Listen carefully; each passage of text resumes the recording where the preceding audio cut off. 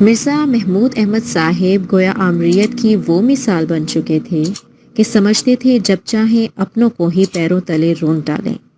اور دعوے یہ ہیں کہ ہم محض نصیحت کے ذریعہ دنیا کے دل جیت لیں گے۔ مثیل ہٹلر اور موسولینی مرزا محمود احمد صاحب لکھتے ہیں، اس عرصہ میں ماں اور باپ اور بیوی اور بچوں اور دوسرے رشتہ داروں کا فرض ہے کہ جس طرح ایک گندا چیتڑا اپنے گھر سے باہر نکال کر پھینک دیا جاتا ہے، اسی طرح وہ اسے اپنے گھر سے نکال دیں۔ باپ بچے کو نکال دے، بھائی دوست وغیرہ سب اس دن کے لیے اس سے قطع تعلق کر لیں، اور وہ گھر چھوڑ کر مسجد یا کسی اور مناسب مقام پر چلا جائے اور 24 گھنٹے لگاتار وہیں رہے گا۔ ہاں، ان لوگوں کو بھی کھانا پہنچانا خدام الاحمدیہ کا کام ہوگا۔ سبیل الرشاد صفحہ 15۔ قرآن کی تعلیم تو یہ ہے کہ سورہ یونس آیت نمبر 100، کیا تو لوگوں کو مجبور کر سکتا ہے کہ وہ ایمان لے آئیں؟ کھانا پہنچانے کی بہت فکر ہے، یعنی کہیں اس بائیکاٹ کے نتیجہ میں بھوک سے ہی نہ مر جائیں۔ ہاں، مگر بے شک جیتے جی مر جائیں، اور اس کی سوچ کا گلا بری طرح گھونٹ کر رکھ دیا جائے، نہ مردوں میں رہے نہ زندوں میں۔ اور باقی احمدیوں کو یہ بتایا جائے کہ دیکھا جماعت سے ٹکر لینے کے نتیجہ میں کیسی عبرتناک سزا ملی ہے۔ مگر معصوم برین واش احمدی یہ سمجھنے سے قاصر ہی رہے کہ ان کے سروں پر موجود خدائی فوجدار اور زمینی خدا نے دراصل ان کا جینا حرام کر رکھا ہے، اس میں آسمانی بادشاہ کا کوئی عمل دخل نہیں۔ مزید لکھتے ہیں، سبیل الرشاد کے صفحہ 14 پر مرزا محمود صاحب احمدیوں کے آباء و اجداد کی جان، مال، وقت اور اولاد کی قربانیوں سے تسلی نہیں پاتے، جو ایک دو مجبور بے بس احمدی کسی وجہ سے جماعت میں پرجوش انداز میں جماعتی سرگرمیوں میں حصہ لینے سے قاصر رہتے ہیں۔ دیکھیے کیسے ہٹلر اور موسولینی کے مرید مرزا محمود صاحب ان کے بارے میں کیا فرماتے ہیں۔ میں نے چاہا تھا کہ توئی طور پر جماعت کو ان قربانیوں میں حصہ لینے کے لیے آمادہ کیا جائے، مگر معلوم ہوتا ہے کہ ساری جماعت توئی طور پر قربانی کرنے کے لیے تیار نہیں، بلکہ ایک بڑا حصہ منافقوں پر مشتمل ہے، اور وہ مجھے اس بات پر مجبور کر رہا ہے کہ ہم اسے اپنی جماعت سے خارج کر دیں۔ ایک عام احمدی عقیدت کی اینک ایک لمحے کے لیے اتار کر سوچے کہ کس طرح ان کے بزرگوں کو مذہب کے نام پر بلیک میل کیا گیا، کس طرح ان کی تصحیح کی گئی، تمام اعلیٰ اخلاقیات کی کس طرح دھجیاں اڑائی گئیں۔ اگر اللہ تعالیٰ چاہتا تو وہ کبھی شرک نہ کرتے، اور تجھے ہم نے ان پر دروغہ مقرر نہیں کیا، نہ ہی تو ان پر نگران ہے۔ سورۃ آل نام آیت 108۔ مگر مرزا محمود احمد صاحب نے تو گویا اصلاح خلق کا ارادہ کیا تو مع جبر و اکراہ کی ساری قوتیں انہیں سونپی گئیں، اور تمام فوجداری اختیارات انہیں ودیت کیے گئے تاکہ دنیا سے ظلم، فتنہ و فساد کا مٹا ڈالیں۔ کس قدر افسوس ہے اور کیسا تعجب ہے کہ فتنہ و فساد مٹانے اور خلق خدا کی اصلاح کرنے کا یہ طریق تمام انبیاء گزشتہ کی نظر سے پوشیدہ رہا، اور کسی نے بھی اس انمول راز پر اطلاع نہ پائی، یا پھر شاید نعوذ باللہ خدا تعالیٰ سے ہی چوک ہوئی۔ 1,24,000 مرتبہ یہ بھول جاتا رہا کہ محض واعظ و ناصح بن کر کام کرنا فضول ہے، یہاں تک کہ نبی آخر الزماں سب نبیوں کا سردار بھی آیا اور گزر گیا، مگر پھر بھی خدا تعالیٰ کو نصیحت کے بمائی کی یاد نہ آئی۔ اگر کچھ یاد آیا تو اصلاح خلق کا وہی ازلی اور ابدی گر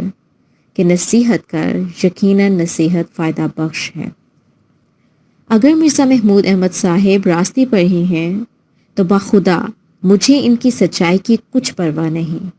کیونکہ اصلاحی خلق کا جو راز مجھے معلوم ہوا ہے، اگر 10 کروڑ مرتبہ بھی کسی محمودی خلافت کے دل پر نازل ہو تو 10 کروڑ مرتبہ ہی ببانگ دہل میں اس کا انکار کرتی چلی جاؤں گی۔ میں تو وہی حربہ استعمال کروں گی جو انسانی اخلاقیات کے ذریعے مانا ہوا اصول ہے، یعنی محبت، صبر، برداشت، حوصلہ، اخوت، بھائی چارہ، انسیت۔ میں ہر ایسے بائیکاٹی، تعزیری، غیر انسانی، غیر اخلاقی، غیر شرعی حربوں کو پاؤں کی ایک ٹھوکر سے رد کرتی ہوں۔ یہاں آپ یہ بھی دیکھ سکتے ہیں کہ جو عقیدت مند بانی جماعت احمدیہ پر ایمان لائے، وہ غریب جو چندے نہیں دے سکتے تھے، انہیں زبردستی تمام چندوں کی تحریک میں زبردستی شامل ہونے کی تحریک کی جا رہی ہے، اور خواہ کوئی کتنا ہی نیک، شریف، اعلیٰ اخلاق کا حامل ہی کیوں نہ ہو، محض چندہ نہ ادا کرنے پر جماعت سے اخراج کی نوید سنائی جا رہی ہے۔ ایک عام احمدی اور مسلمان یہ بات بہت آرام سے کہہ دیتا ہے کہ اچھی بات ہے، جماعت سے اخراج کر دیا گیا، تکلیف کس بات کی ہے؟ مگر انسانی نفسیات کے حوالے سے آپ سوچ سکتے ہیں کہ پہلے نہایت چالاکی اور ہوشیاری سے احمدیوں کا عام مسلمانوں سے بائیکاٹ اور شادی بیاہ پر پابندیوں کا سلسلہ شروع کیا گیا۔ جب احمدی تمام فرقوں سے کٹ کر رہ گئے تو انہیں اخراج اور تعزیر کی سزا سنائی جانے لگی۔ یہ ایک احمدی کے لیے کسی صدمہ سے کم کی بات نہیں کہ اسے جماعت سے نکال باہر کیا جائے۔ یہ اس وقت کے حالات تھے، مگر آپ احمدی جماعت سے نکلنا اعزاز ہی سمجھتے ہیں۔ ان کے لیے فیصلہ کرنا آسان ہے، اس کے باوجود بے شمار مشکلات سے گزرنا پڑتا ہے، جیسے خاندان کا بائیکاٹ، آپسی شدید اختلافات، دھمکیاں، رشتوں میں توڑ پھوڑ، جماعت احمدیہ کی اصلیت جاننے پر صدمے سے دوچار ہو کر بیمار ہو جانا، جسے بند دماغ برین واش احمدی سزا قرار دیتے رہے، خود خدا بن کر خدا سے ڈرانا، دھمکانا وغیرہ وغیرہ۔ ایک عام انسان کے لیے یہ بات سمجھنا بہت ضروری ہے کہ جماعت سے اخراج کی سزا ایسے ہی ہے جیسے ایک سدھائے ہوئے شیر کو ایک عرصہ پنجرے میں بند کر کے اکیلا ہی اچانک جنگل میں چھوڑ دیا جائے، جبکہ اس کے بیوی بچے پنجرے میں ہی قید ہوں۔ اسے دوبارہ سے اس ماحول میں رہنے کے لیے کتنی مشکلات سے گزرنا پڑتا ہے، یہ جس پر گزرتی ہے وہی جانتا ہے۔ اوپر دیے گئے مرزا محمود صاحب کے بیانات اور احکامات کا اگر غیر جانبدارانہ تجزیہ کیا جائے تو لا اکراہ فی الدین،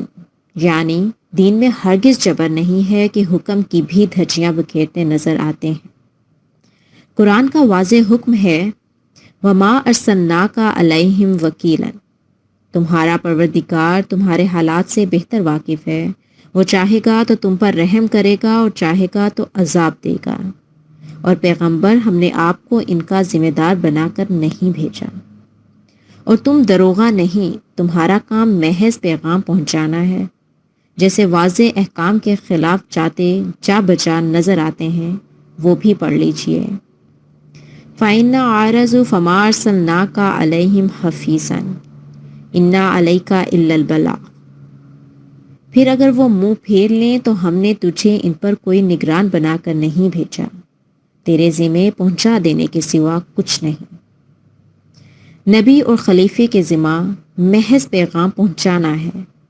سختیاں کرنا، سزائیں دینا، اسلام سے خارج قرار دینا ہرگز نہیں۔